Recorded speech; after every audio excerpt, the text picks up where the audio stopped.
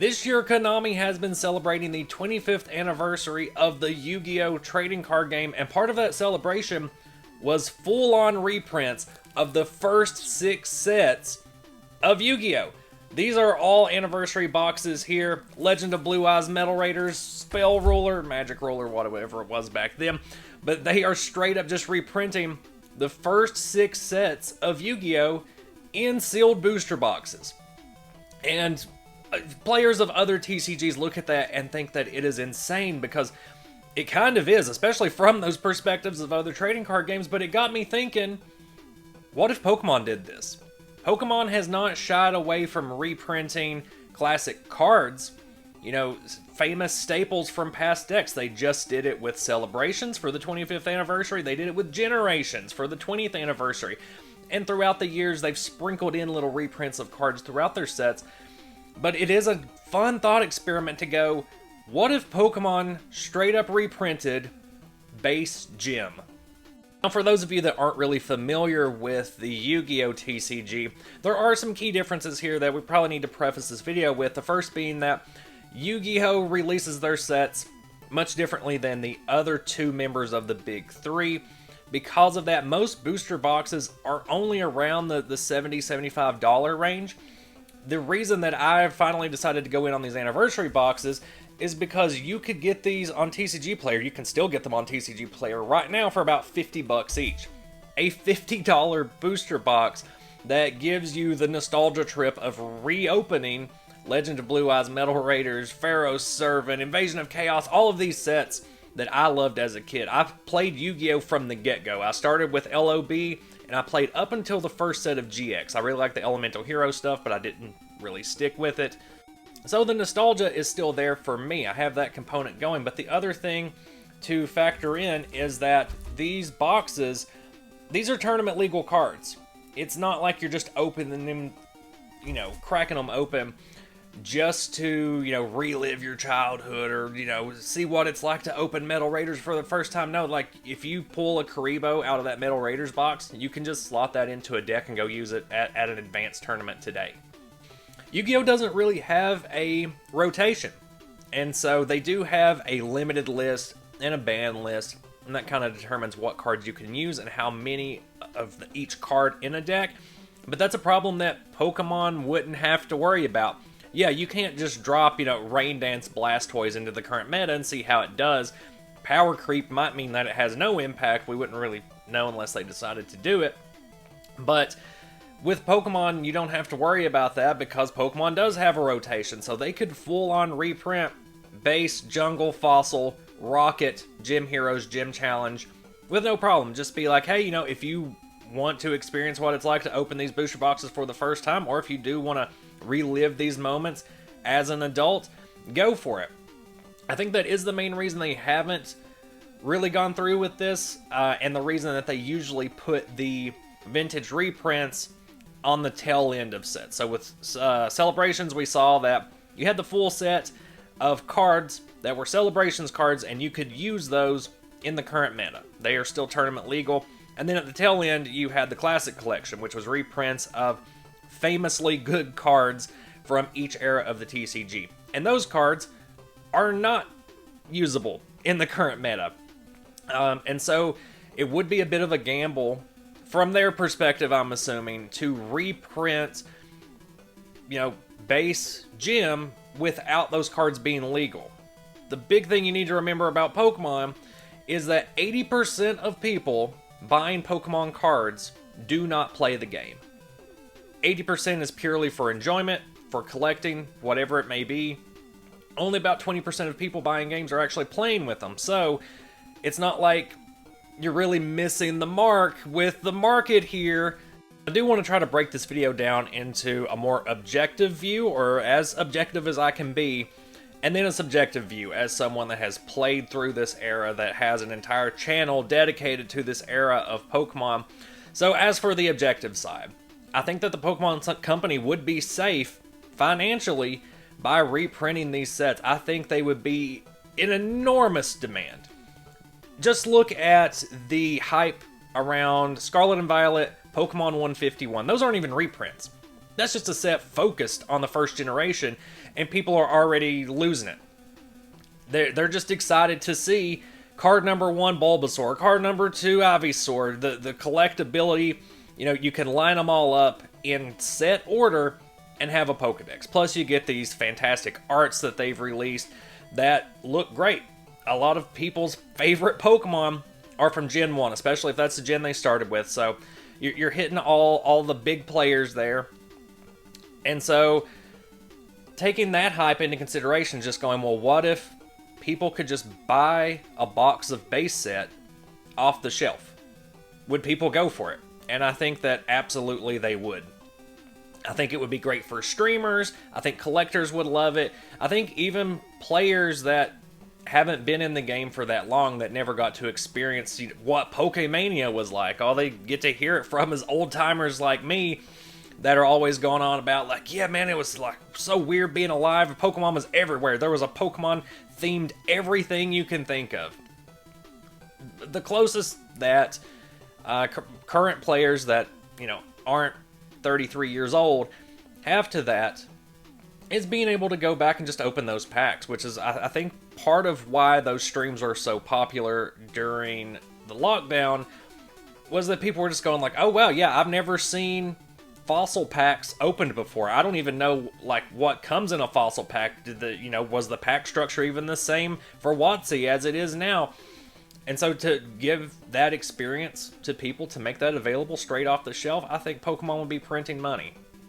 And they own the printers now, so they could print as much of this as they want. They could fill the shelves with base, jungle, fossil, rocket, gym, and I think people would go for it. At least base fossil, just because those sets have so much mystique around them. And that's one thing I've learned from working at an LGS this year, is that people really hype base fossil. People think that because they have a first edition Machamp from base set, that it is gold. It is gold cardboard in their hand, and if you're not exactly sure why that's not the case, I have a whole video on first edition Machamp, so go check that one out. But even stuff like, I'll have people bring in bulk from there and go, they're expecting to get like $2 or $3 for a fossil Psyduck. And that's really not the case. That was the case during 2020 when people were losing their minds and severely overpaying for vintage cards just because Logan Paul said that they should. He had the millions of dollars to waste on it. Why shouldn't we? But there is a public perception around those first 3 sets that are just like, ooh. So I think it would sell very well. For Yu-Gi-Oh!, I think one of the reasons it's not selling super well, and that the reason that those box prices are already down to $50, is because those cards are technically playable, but power creep has gotten to a point where they're not desirable. Like, there's good stuff in each one of these sets, but it's kind of narrowed down to maybe like 4 or 5 cards that people really want, and they end up with all of this vintage bulk.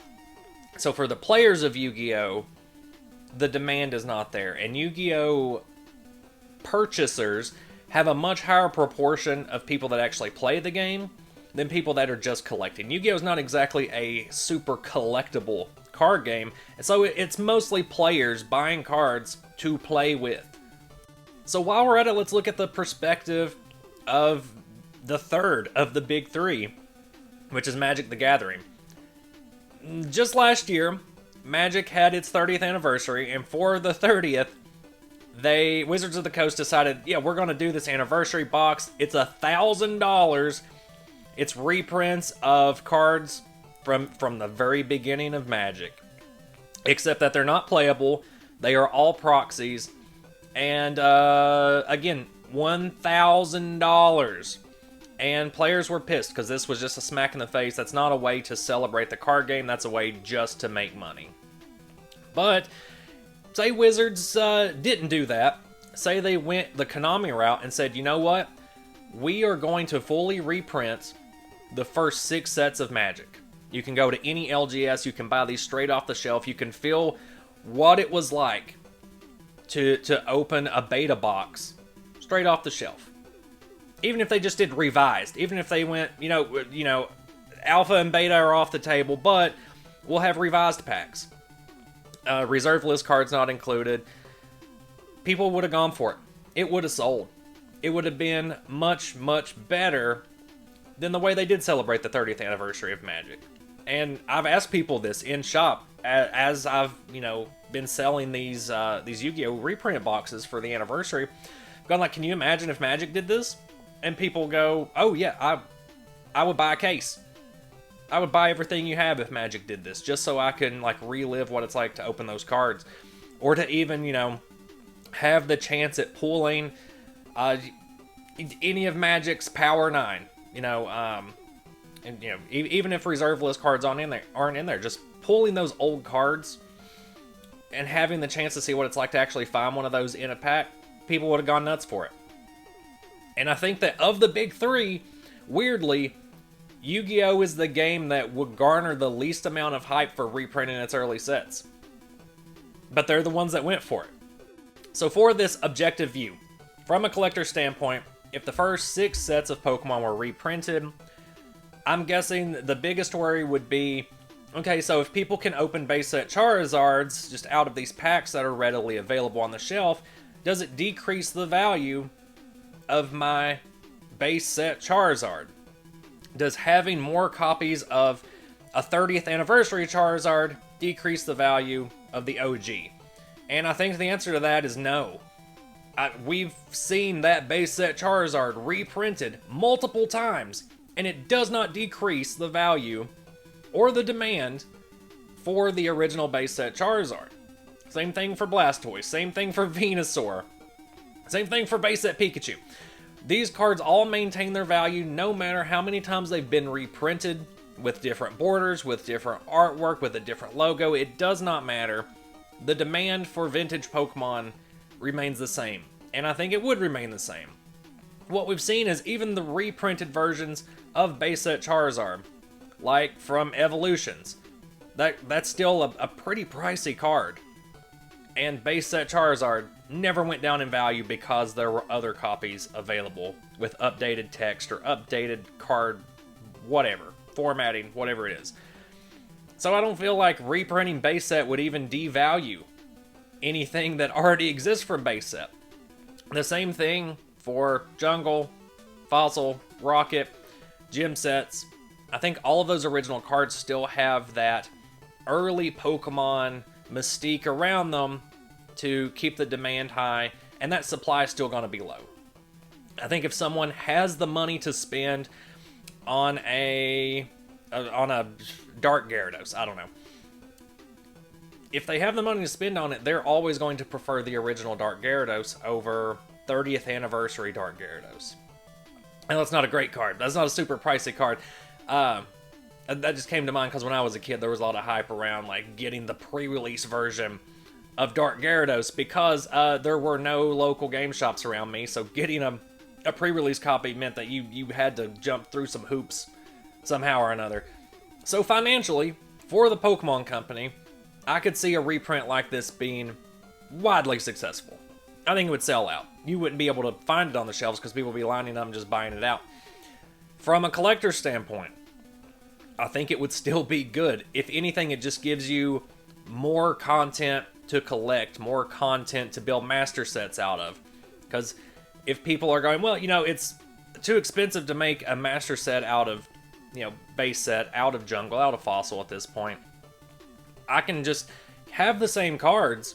I can still have the same fun of opening packs and working towards that master set, but for a lower price tag. I think people will go for it. So, financially, yes. Collectability, yes. I don't think the players are going to care, and I think they would still buy it. So before we move into the subjective part of the video, I do want to hear what you guys have to say about this topic. I want to know what your thoughts are, so go ahead and post them down in the comments. That way you're not influenced by whatever terrible opinions I'm about to have. So, as far as base Fossil goes, I honestly probably wouldn't give a shit if they reprinted it, just because that's what I do. I've hung on to these cards for so long, I've been playing with them for so long, I've been making content about these cards for so long that you know, kind of the uniqueness, the novelty of being able to open these cards and have these cards is a little bit lost on me, and I understand that is a real privileged position to be in as a player and a collector.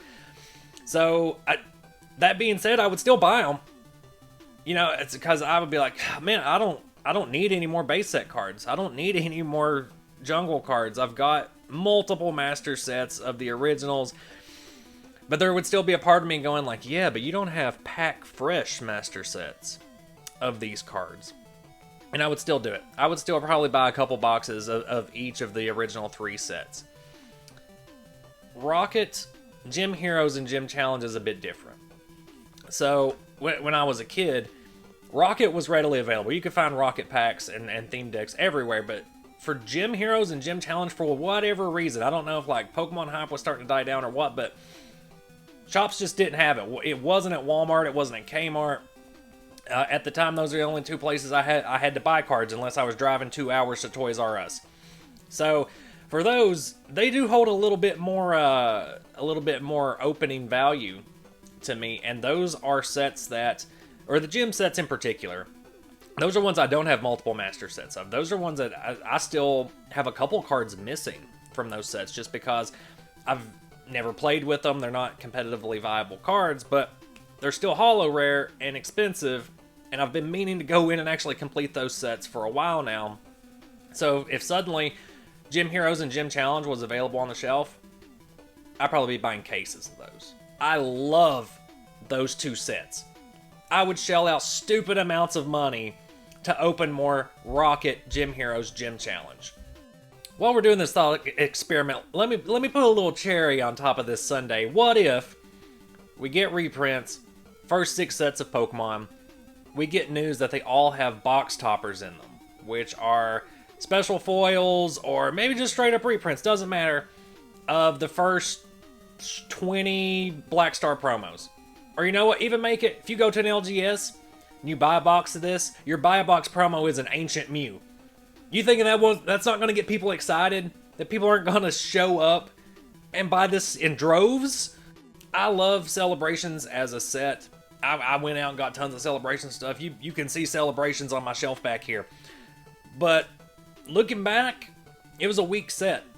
There weren't a lot of cards in it. Most of those cards were not that great. Yeah, it was all legendaries. They were all foil. That gets kids excited. Doesn't really get people excited that have been with Pokemon for those 25 years. If you want to appease those people, if you want to have a bomb-ass 30th anniversary, easy way to do it. Easy way to do it. You're just following one of your competitors, but you're going to be able to do it better because Pokemon's one of the biggest franchises in the world. This is just something I've been thinking about a lot lately as I've been trying to buy up some of these Yu-Gi-Oh boxes to sit on. I'm not opening them immediately. It just seemed like a product that 5-10 years down the road, I would love to just open them as booster boxes. I've also been buying some individual packs so that I can enjoy just opening them. But yeah, this is something I really just wanted to kind of put out into the ether and hear your guys' opinions. And then maybe for the 30th anniversary, we'll see if any of this actually pans out and Pokemon does go this route. Very doubtful. But let me know your comments down below. If this is your first time on the channel, I got plenty of Pokemon content for you to check out. Social media links are going to be down in the description.